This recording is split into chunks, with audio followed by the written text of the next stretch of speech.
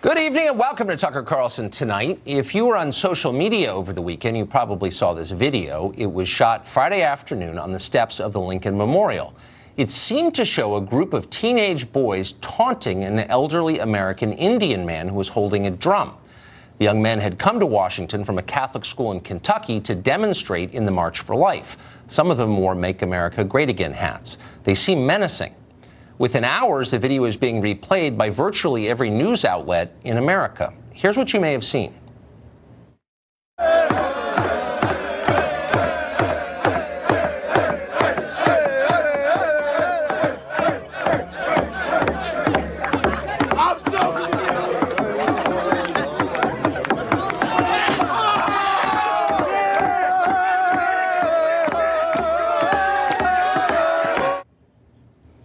Well, the American Indian man with the drum you just saw is called Nathan Phillips, and he described the young men he encountered, the ones in the hats, as aggressive and threatening, essentially shock troops for Donald Trump. Watch.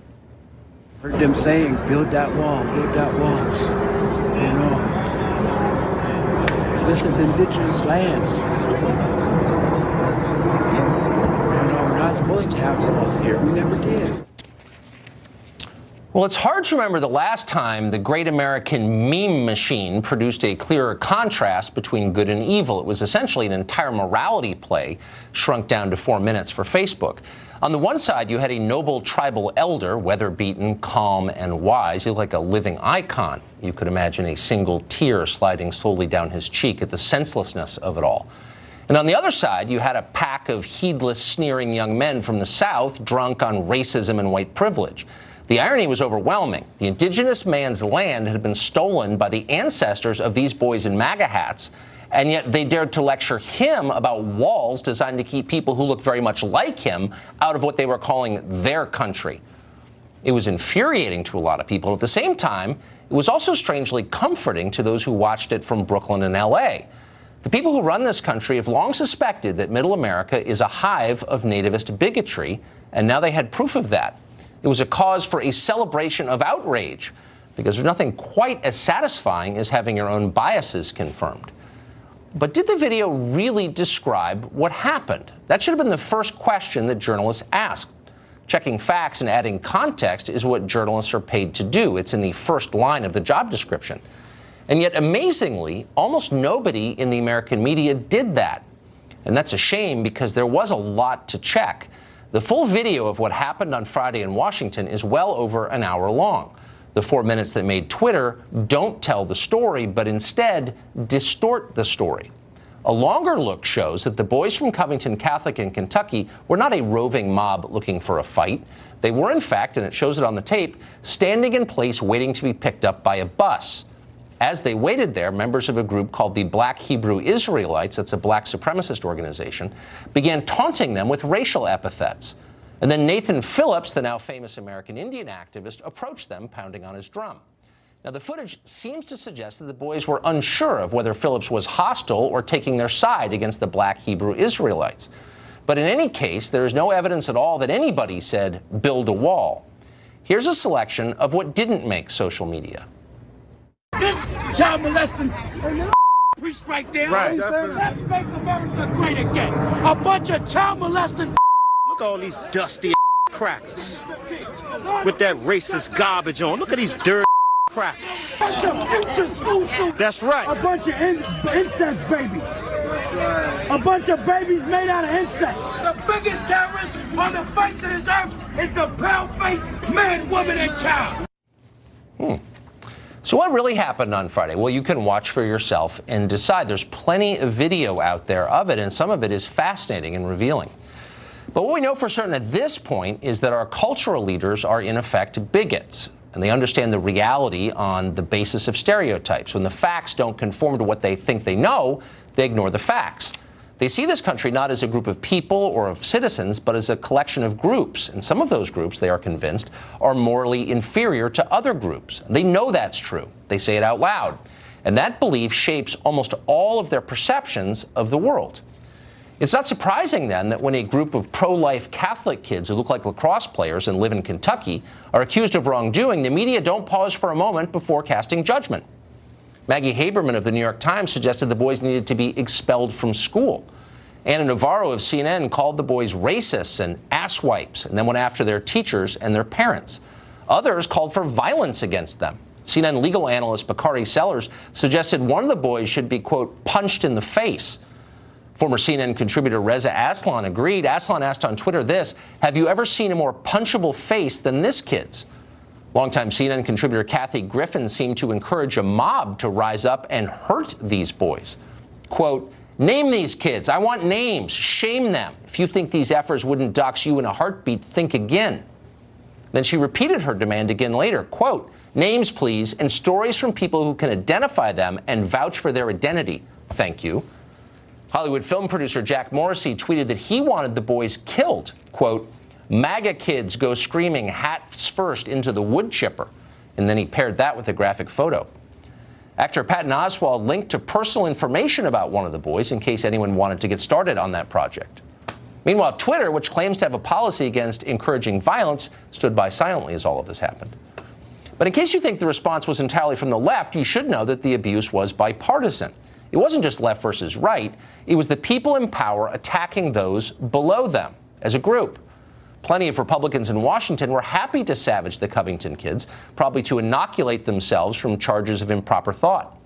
Bill Kristol asked his Twitter followers to consider, quote, the contrast between the calm dignity and quiet strength of Mr. Phillips and the behavior of MAGA brats who have absorbed the spirit of Trumpism. And then, when the actual facts emerged, Kristol quietly deleted his tweet. He never apologized, of course. He hasn't apologized for the Iraq War either. There's no need. People keep giving him money.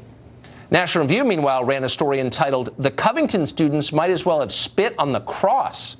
That story has since been pulled, too, but not before the author admitted he never even bothered to watch all of the videos. He knew what he knew, and that was enough. What's so interesting about the coverage of Friday's videos was how much of it mentioned something called privilege. Alex Kranz, who's an editor at Gizmodo, for example, wrote this: from elementary school through college, I went to school with sheltered upper-middle-class white boys who could devastate with a smirk, a facial gesture that weaponized their privilege. Infuriatingly, you can't fight that effing smirk with a punch or words. We saw that as Trump smirked his way through the election, and we'll see it as that boy from Kentucky's friends, family, and school protect him. I effing hate that smirk. It says, I'm richer, I'm white, and I'm a guy. What's so fascinating about all of these attacks is how inverted they are. These are high school kids from Kentucky. Do they really have more privilege than Alex Kranz from Gizmodo? Probably not. In fact, probably much less. They're far less privileged, in fact, than virtually everyone who has called for them to be destroyed on the basis that they have too much privilege. Consider Kara Swisher, for example. She's an opinion columnist at the New York Times. Swisher went to Princeton Day School and then Georgetown and then got a graduate degree at Columbia. She has become rich and famous in the meantime by toadying for billionaire tech CEOs. She's their handmaiden. Nobody considers her very talented, and she's somehow highly influential in our society. Is she more privileged than the boys of Covington Catholic in Kentucky? Of course she is. Maybe that's why she feels the need to call them Nazis, which she did repeatedly. So what's actually going on here? Well, it's not really about race. In fact, most of the stories about race aren't really about race. And this is no different. This story is about the people in power protecting their power and justifying their power by destroying and mocking those who are weaker than they are. Why? Simple. Our leaders have not improved the lives of most people in America. They can't admit that because it would discredit them. So instead, they attack the very people they have failed. The problem, they'll tell us, with Kentucky isn't that bad policies have hurt the people who live there. It's that the people who live there are immoral because they're bigots. They deserve their poverty and their opioid addiction. They deserve to die younger. That's what our leaders tell themselves. And now that's what they're telling us. Just remember, they're lying when they do. Robbie Soave is an associate editor at Reason. Unlike most reporters, he bothered to take a closer look at the Covington incident before passing judgment. He's also the author of the forthcoming book, Panic Attack, Young Radicals in the Age of Trump. Robbie Soave joins us today. Robbie, thanks for coming on. So what I thought was so interesting about your connection to this, and I should say, you're hardly a Trump partisan. I think you're the opposite, actually. So it's not like you were defending Trump. But you were also one of the very first, maybe the first reporter to note that the UVA story in Rolling Stone was clearly a hoax, which it was. And you were among the first to say that this story was more complicated than it seemed. What did you do that other reporters didn't do? I didn't do anything other reporters couldn't have done. I just looked much more closely and much more elaborately at the facts. What I think caused so many people to miss the real story in both of these cases was that when you're reporting something that confirms all of your biases, that is like all of your worst kind of thoughts about some bad person you're talking about, you have to be really sure. You have to consider evidence that conflicts with that. There's a special burden to go above and beyond to make sure you're just not seeing what you want to see. In Rolling Stone, the author wanted to see the very, very worst in campus and have this outrageous story about sexual abuse, and it completely fell apart. And I think here, in this case, so many people were willing to believe, you know, this fits all my preconceived notion about young, white, MAGA hat-wearing people who are here in D.C. for an explicitly conservative or political cause, and they were perfectly willing to believe, without considering much further, that these were the villains of this story, and oh my God, look at what they're doing, it's so terrible. I'll just confess, I'll just be completely honest. When the Harvey Weinstein story happened, I don't share his politics. I always thought he was creepy. And I actually thought, boy, I better be sure. I wanted to believe it was true in a sense because it comported with what I thought of him ahead of time. And I think it was mostly true. But I do think honest people, when they see a story that confirms their biases, pause before jumping on board, don't they? And shouldn't our journalists be more honest than they are? Absolutely. And in this case, I mean, it was all there. You just had to watch the almost 2 hours of footage revealing that, just like you explained, there was this crazy hate group yelling obscenities, horrible language at these kids for like an hour. It was goading them to attack, and the kids didn't attack. They did their sort of pep rally cheer thing. It wasn't offensive or mean-spirited even, and they would have been within their rights to be meaner to this group. They didn't fall for the bait at all, and it was at this moment that this guy, Nathan Phillips, injected himself into the moment. And he really misrepresented what happened when he talked to the media. And to some extent, this is a media bias story. But it's also, if you have a source that is prepared to really mislead you, possibly lie to you about what happened, I mean, that's to some degree just bad luck. Can you be more specific about, for our viewers who maybe haven't seen it, about what he seemed to misrepresent? He said that, he said these exact words to the media. He said the boys were beasts and the black nationalist cult group were the prey. And that's why he went up to the boys and not the crazy people with the drums, because he thought they were going to attack. I mean, that's a complete misreading of the situation. That's exactly backward. The boys weren't really doing anything wrong that I could tell from what I saw, and the other people were insane. Now, he either just got that really wrong or he misrepresented it intentionally. He had an entourage there taking video. If you listen to some of the videos, it seemed like they were possibly trying to do a stunt there. One of them says something like, I got it, or we got what we needed, something like that. So I don't know for sure, but he was wrong. Weird. He was very wrong. So this is a story about race, we're being told. We're always told every story is about race. It's absurd. But we're told that there are racists in this video, and here you have a group literally screaming racial epithets. Right, and anti-gay epithets, and bigoted remarks, and... But somehow nobody notices that, but it's the high school kids who don't really say anything who are the bigots. Like, you're lying if you reach that conclusion, aren't you? Right, and everyone's saying they need to be sorry or we need to punish them. I mean, if I'm trying to sort out who did the most wrong or who was most at fault in this situation, so obviously it's the crazy people who were screaming vile, obscene things for an hour, right? And then I think it's this man who, the most charitable I will be, got it totally wrong, and less charitably lied to the media. Wait, but Bill Kristol said he was calm and noble and we should learn a lesson. He's like Iron Eyes Cody, no? You don't think he was? No, I think this was... And they're not engaging in targeted racial harassment of him. They're just not. They're confused. They're like, is this guy on my side? And they're joining in with him. And it's not perfect. I don't know. Maybe they should have done something about it differently. But it's not. It wasn't malicious toward him until then they get confused about maybe he's not on their side. Maybe he's with these crazy people. Robbie Soave, next time you write a piece saying, hey, I don't think that story sounds quite right, all of us should pay close attention to it. Thank you very much. I'm serious. You've got quite a track record. Great to see you. My pleasure. Author and columnist Mark Steyn has been watching all of this over the past 2 days, and he joins us tonight. Mark, I'm just struck by the amount of hostility.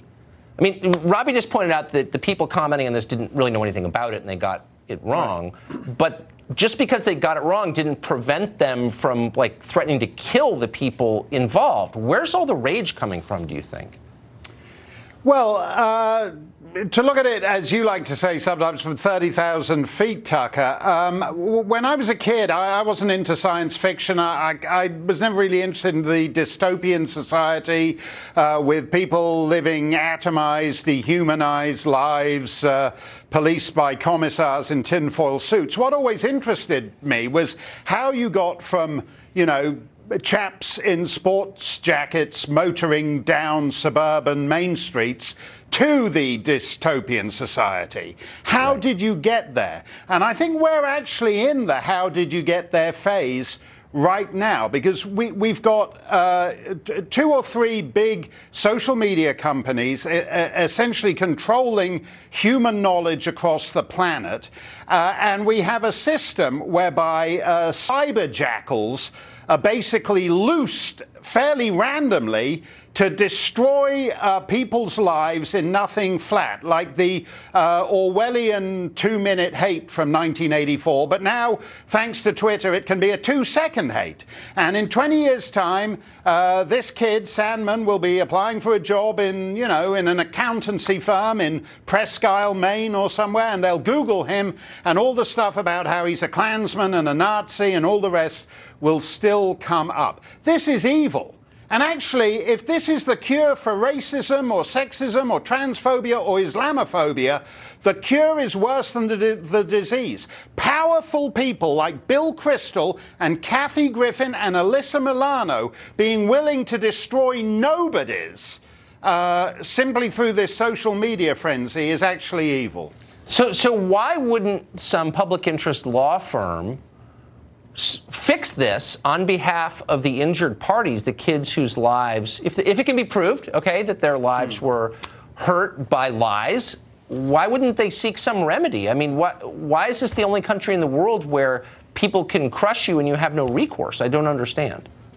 Well, we have supposedly very wide bounds of freedom of expression thanks to the First Amendment. Right. But for example, if you look at just to take my country, if you look at the Canadian coverage on the CBC, I actually reckon these kids, if they wanted to get together and sue the Canadian Broadcasting Corporation, they would have a pretty good case under Canadian defamation law. I mean, at some point, what disturbed me about this, you mentioned Bill Kristol, you mentioned National Review.